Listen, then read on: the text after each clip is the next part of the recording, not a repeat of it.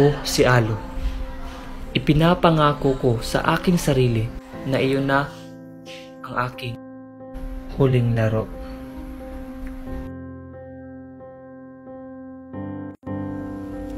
Hindi pala lahat permanente. May mga bagay na bigla na lang naglalaho na parang mga bulak. At sa bawat hakbang ay hindi batid na maling landas na pala ang dinadaanan.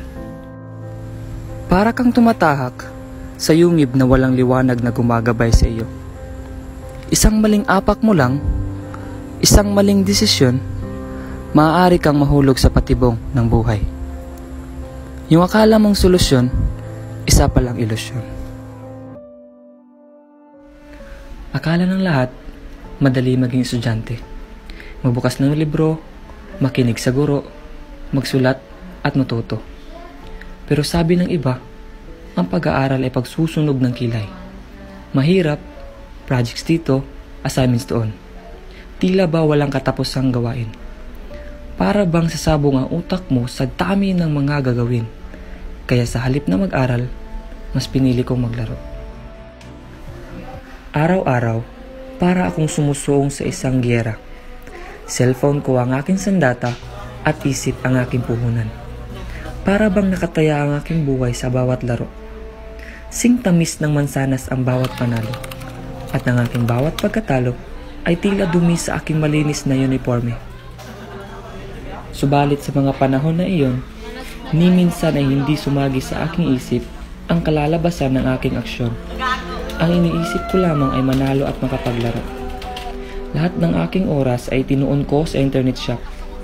Bawat saglit ay mahalaga. Bawat minuto ay ginto sa akin. Pero baka nga hindi ko pa alam ang ibig sabihin ng oras. Habang pataas ng pataas ang aking ranggo, ganun din ang pagbaba ng aking grado. Hindi na ako makasama sa aking mga kaibigan. Sa halip na gumala, mas pinili kong maglaro. Hindi ko naman pinipili ang laro kaysa kanila. Pero bakit ang mga mata nila ay mapanghusga? Bakit parang kasalanan ko pa? Naglalaro lang naman ako, di ba? Akala ba nila madali ang paglalaro?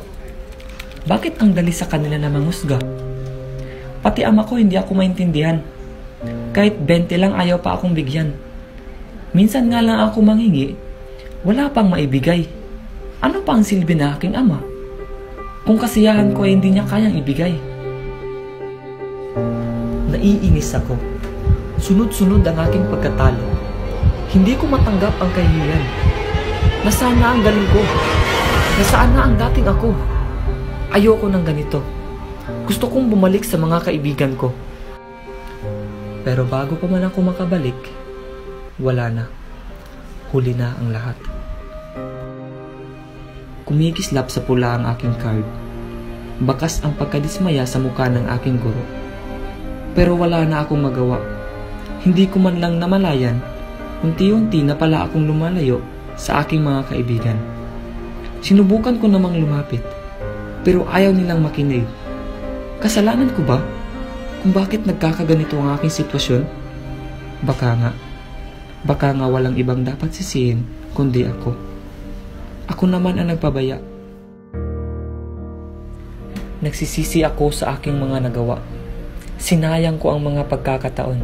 Sinayang ko ang oras na dapat ay nilaan ko sa pag-aaral. Sinayang ko ang kanyang pawis. Sinayang ko lahat dahil lang sa laro. Hindi pa naman huli ang lahat, di ba? Pwede pa naman akong bumawi sa aking pag-aaral, sa aking mga kaibigan, at sa aking ama. Pwede pa naman, di ba?